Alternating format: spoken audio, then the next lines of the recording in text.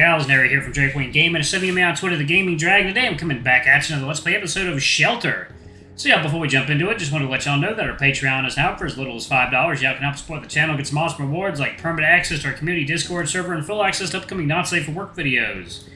Anyway, let's go ahead and jump right back in. Alarm Shady, we're up and let's go. Alright.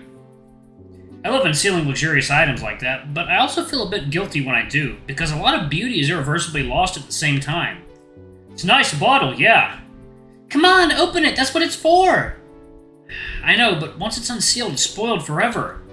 I was considering maybe forcing myself through one more mana vision to check it out while it's still in one piece. Oh, I see. Are you sure, Luke? Mana vision and drinking? Isn't that too much for you today? Well, it won't hurt to try. Worst case scenario, I'll throw up or something. Now I wish I could see that too. I mean, the potion and mana vision, not you throwing up. Is there any chance you could share some mana, Luke? Sorry, I don't think so, unless you want to release it with your own hands. Oh, no, don't worry about that. If you're too tired today, I won't be hurting you for no reason. Just tell me how it looks. Okay. Well then, here I go. Luke, in case you feel like vomiting, could you please do that on the floor beside you and not into the water? Yes, I could. Ooh. Wow. It's so pretty. Really? What does it look like? Like a green lantern in a soup of stars. Oh, I'm so glad it's green. I was worried if it's genuine or not. A soup, huh? You're as good with descriptions as Thistle, Luke. Yeah, I like it. It's a hard thing to relax and enjoy the sights when you're struggling to maintain mana vision, but this is a very soothing view. A night sky in a bottle with a bright crystal moon in the center. I feel inexplicably happy while looking at this weird bottle of magic liquid. It fills me with that gentle, natural kind of comfort. Yes, natural. Outside of witnessing mana in the living bodies of my friends, I use it only when dealing with ancient relics. By the way, mana vision is always a weird experience to me, for different reasons. It is my natural ability, but only to me. Is anyone else here? Whenever I stare into the swirling bright mass inside my friends' bodies, I feel like I'm doing something intrusive. Natural, but wrong. On the other hand, I'm used to investigating the relics. No, excuse me. That isn't the natural state of mana. The relics manipulate it, bend it, and burn it in ways it would never do in nature. This crystal, however, it holds pure, unaltered mana, like an undisturbed piece of the world itself, encased in glass, resting and waiting to be released back into the cycle. Mana is abundant in most of the outside world, but not here. We're in the middle of the lands that are neither corrupted nor actually hospitable. Right now, looking at this bottle, I feel the kind of relief I would have if I had a chance to lie down in a field of flowers for the first time in years. Like now? Even though green mana is a source originally alien to the lands of the canines, it doesn't feel out of place to me at all. After all, I myself am no less of a stranger here. Well then.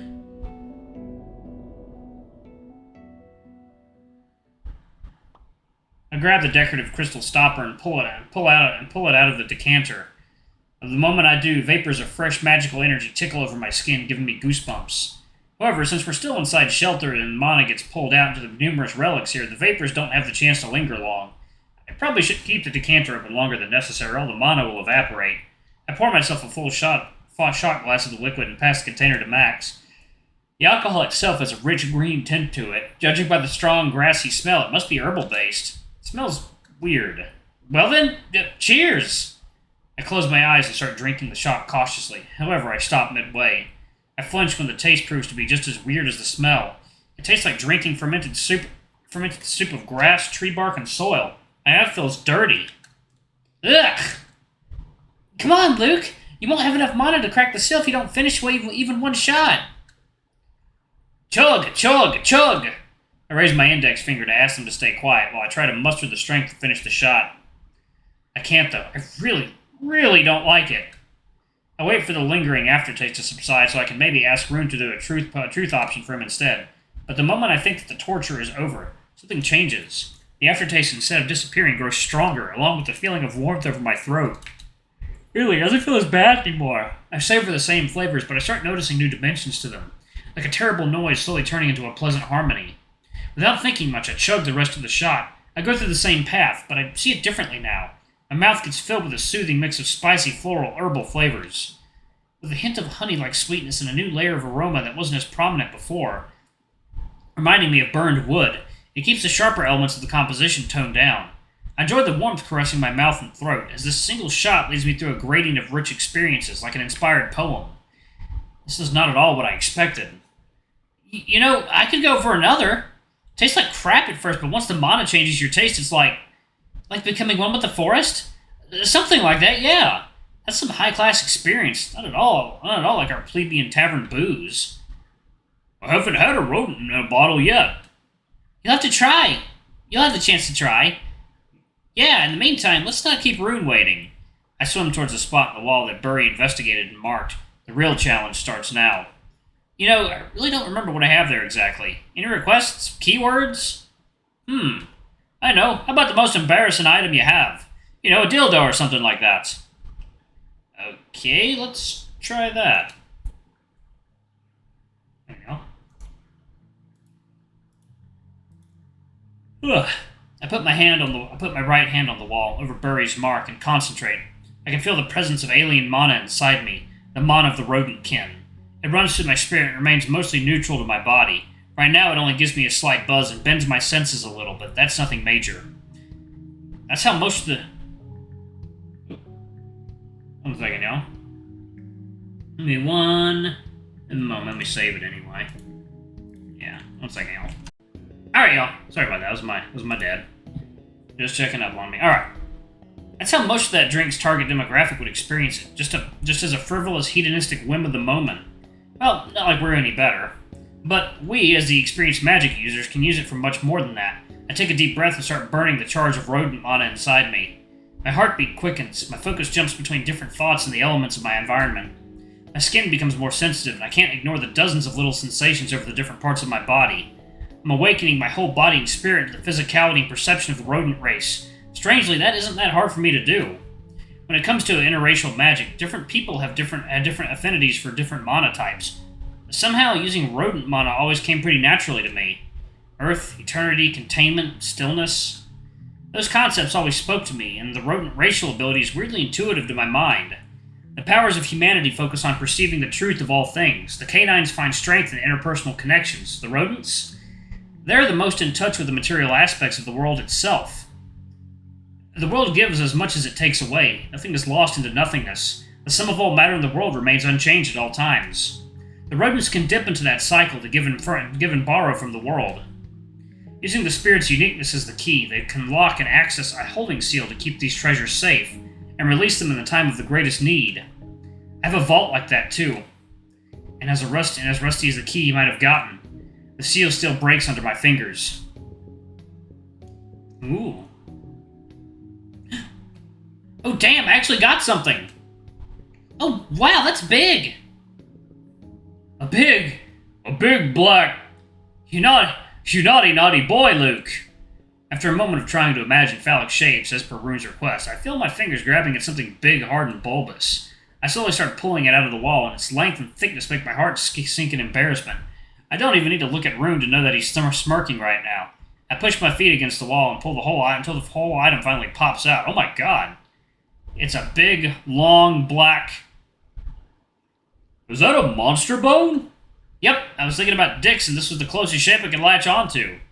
Sorry, Rune, I don't think I have any dildos in there. It's okay, it's perfect, give it to me.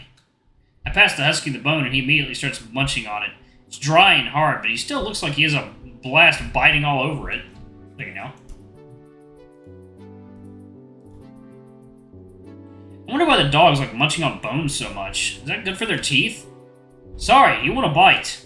Ah, no, don't worry about me. I feel like my own teeth would crack if I tried biting on it. Ha! No way! It may be true that your teeth are less impressive than canine, but surely they're not that brittle. I'd rather not even try, thank you very much. Where did you get the bone in anyway? Does it have any significance to you? I don't think so. I must have stored it as an emergency weapon during one of the monster attacks. Storing bones in the ground, huh? Almost like a real dog. Yeah! Almost like a dog. After that, we continued the game. When I pointed at Max, he chose to take the rodent mana potion option 2. He needed a couple tries and 2 shots, but he managed to finally take something out. My request was the most feline thing you have, and, with great effort, he finally managed to rustle out a bundle of strong-smelling herbs that made him rear back in disgust. Apparently some cats use that as a recreational drug.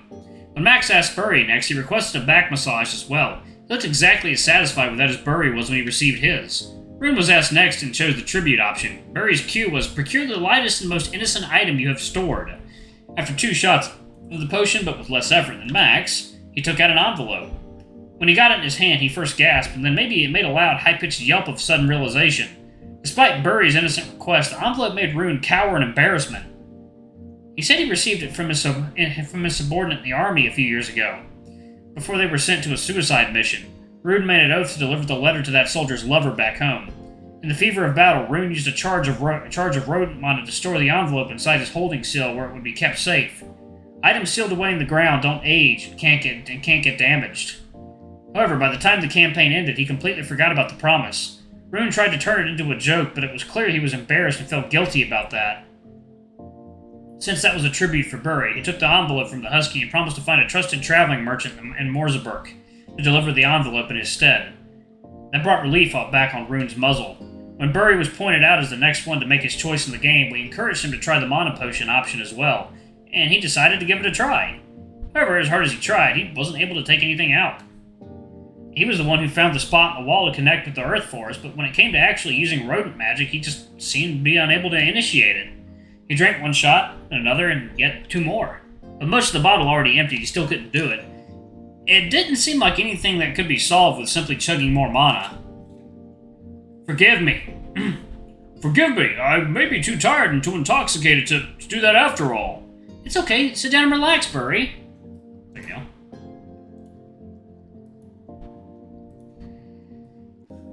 Yeah, take it easy. You just took 4 shots pretty much at once. What an experience it was. I've never savored anything quite like that in my whole life. I want to be able to brew delicious potions like that one day.